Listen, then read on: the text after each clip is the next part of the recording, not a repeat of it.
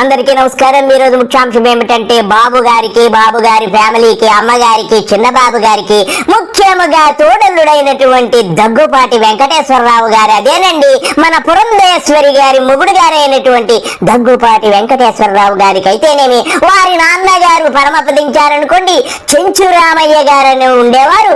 ఆయన 1985లో కారంచేడులో దళితులను ఊచకోత కోసిన సంఘటనలో అతడే ప్రధాన కారకుడని కూడా చెప్పుకుంటారు. అలాగే ఆయన లేరనుకోండి, కానీ బాబు గారి కుటుంబానికి, అమ్మగారికి, అందరికీ కూడా నరాల్లో అంటరానితనము దళితుల మీద ప్రదర్శిస్తూనే ఉంటారు. బాబు గారు నిన్న చక్కగా ప్రదర్శించారు. నిన్న అంబేద్కర్ గారి జయంతిని తెలిసి కూడా బాబు గారు కావాలనే కుల వివక్షత, అంటరానితనము చూపిస్తూ నిన్న క్వాంటమ్ వ్యాలీ ప్రారంభోత్సవం అని అట్టహాసంగా అక్కడ ప్రారంభించుకున్నాడు. కానీ ఎక్కడా ఒక్క మీటింగ్ పెట్టి అంబేద్కర్ గారికి నివాళులర్పించిన పాపాన పోలేదు. ఏదో వృతాభక్తిగా పార్టీ కార్యాలయంలోకి వెళ్లి అంబేద్కర్ గారికి పటానికి ఒక పువ్వు పెట్టేసి ఆ తర్వాత వచ్చేసి క్వాంటమ్ వ్యాలీలో పడుకుని ఆ వ్యాలీని ప్రారంభోత్సవం చేశాడంటే ఇతడా మన ముఖ్యమంత్రి అని చెప్పి యావత్ దళిత సమాజం అంతా సిగ్గుపడుతుంది. ఇకపోతే గత సంవత్సరం మాత్రమే బాబు గారు అంబేద్కర్ గారికి ఎంతో ఘనముగా నివాళులు అర్పించారు. ఎవడైనా దళిత కులంలో పుడతాడా అన్నటువంటి దౌర్భాగ్యం ఎవరండి? ఈ చంద్రబాబే కదా. గతంలో ఏం మాట్లాడాడో ఒక్కసారి మనమందరము విందాం. కానీ నీదే లేటు. కులంలో పుట్టావు నీకు తెలియదు. నువ్వు పుట్టాలను కోరుకున్నావా? ఎవరు మాత్రం ఎస్టీ కులంలో పుట్టాలను కోరుకుంటారు? డబ్బులు లేకపోతే అందరూ కూడా సంపన్న వర్గాలనే పుట్టాలను కోరుకుంటారు. అందరూ రాజుల కులంలో పుడితే రాజ్యాన్ని ఆలోచన అనుకుంటారు. చూశారు కదండి రాష్ట్ర ముఖ్యమంత్రి గతంలో ఏం మాట్లాడాడో. ఎవడైనా ఎస్సీ కులంలో పుట్టాలనుకుంటున్నారో రాజుల కులాల్లోనే పుట్టాలనుకుంటాడట. అందుకే కామాసి ఇప్పుడు ఈ త్రిపురార్ గాడు రాజుగారు కదా, అందుకే ఇలా రెచ్చిపోతున్నాడేమో. నాకు ఒకటి అర్థమవుతుంది, నీ సపోర్ట్ తోని ఈ త్రిపురార్ గాడు రెచ్చిపోతున్నాడు. సరే, నువ్వు గతంలో ఏం మాట్లాడావో ఒక్కసారి విందాం. ఈ రోజు డాక్టర్ బాబా సాహెబ్ అంబేద్కర్ అయితే 1891 ఏప్రిల్ 14న మహారాష్ట్ర మౌబీ జిల్లాలో అందరి మారిగా ఈ రోజుట్లోనే చాలా సమస్యలు ఉన్నాయి. ఆ రోజుట్లో ఒకసారి గతాన్ని ఆలోచించండి.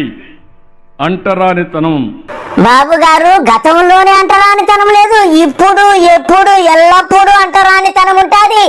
త్రిపులార్ గాడి పిచ్చి కుక్కలా రెచ్చిపోతుంటే కనీసం నువ్వు వాడిని వారించావా? వాడి గురించి ఒక్క మాట మాట్లాడావా? వాడు డిప్యూటీ స్పీకర్ అయి ఉండి ఒక రాజ్యాంగబద్ధమైనటువంటి పదవిలో ఉన్న వాడిని నువ్వు వారించలేదంటే నువ్వు కూడా అంతే కదా. నీ బ్రతుకు నాకు తెలియందేమున్నది? వివక్షత, అవమానాలు, ఎక్కడ చూసినా అసమానత. మీరు చెప్పింది నిజమే బాబు గారు. వివక్షత, అవమానాలు, అసమానత అన్నీ కూడా నీ ప్రభుత్వం వచ్చాకే మొదలైపోయాయి బాబు గారు. ఏదైనా మీరు తోప బాబు గారు, మీరు నిజమే చెప్పుకుంటారు. మీకున్నటువంటి కుల వివక్షత, అవమానాలు చేయడంలో మీరు ఉద్దండ పండితులు. నువ్వైతేనేమి, నీ భార్య అయితేనేమి, యావత్ నీ కుటుంబము కూడా అంతే కదా. సమాజంలో అనేక విధాలుగా షెడ్యూల్ కులాలంటే, బడుగు బలహీన వర్గాలంటే ఎక్కడికక్కడ వివక్ష చూపించేవారు. బాబు గారు నాకు ఒకటి అర్థమవుతుంది, ఎప్పుడూ అంబేద్కర్ కాలంలో చూపించినటువంటి కుల వివక్షత కంటే నీ ప్రభుత్వం వచ్చాక చూపిస్తున్నటువంటి కుల వివక్షత అంతా ఇంత కాదు. మరి మీది మనిషి జన్మో కాదో నాకు అర్థం కావడం లేదు. ఏమిటయ్యా నీ కులము, నీ బ్రతుకు? ఎందుకురా అబద్ధాలు చెబుతావు? నీ బతుకు చెడా. ఎన్నో కష్టాలు పడ్డాడు, అవమానాలు భరించాడు. ప్రతి ఒక్క అవమానాన్ని కసిగా ఎదుర్కొన్నాడు, పోరాటాలు చేశాడు, అనేక వ్యతిరేక పోరాటాలు చేసి ముందుకు పోయి. బాబు గారు మీరు చెప్పింది నిజమే. అంబేద్కర్ గారు ఎన్నో పోరాటాలు చేశారు, కానీ నీ మీద మాత్రం ఎవడో పోరాటం చేయలేకున్నాడు. నీ మీద, నీ కుటుంబం మీద నీ యొక్క దమనకాండ ఏం చెప్పాలి? కుల వివక్షత చూపించడంలో నువ్వు, నీ పెళ్ళాము గతంలో దళితుల్ని ఎలా తిట్టిందో ఒక్కసారి అది కూడా విందాము. స్టేజ్ ఎక్కేమో పుంకాలుగా మాట్లాడడం కాదయ్యా, ఇది కూడా విను. నీ పెళ్ళాం ఏమి తిట్టిందో దళితుల్ని.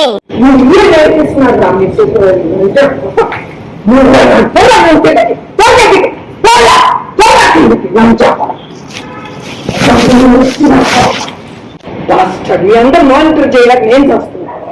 మీకంటే కట్టింతో పుట్టిందా చెత్త నా కొడుకుని చెత్త పట్ల కూడా అవసరం వేస్తారు. దేని కనుక అటు పుట్టించాలి.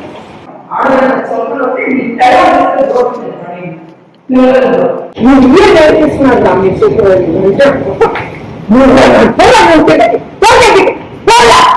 బాబు గారు విన్నారు కదా అమ్మగారి అమృత వాక్కులు దళితుల్ని ఎంత చక్కగా దూషిస్తుంది. ఆహాహా, ఎంత మహా ఇల్లాలు అమ్మ తోని బతుకొచ్చాడా.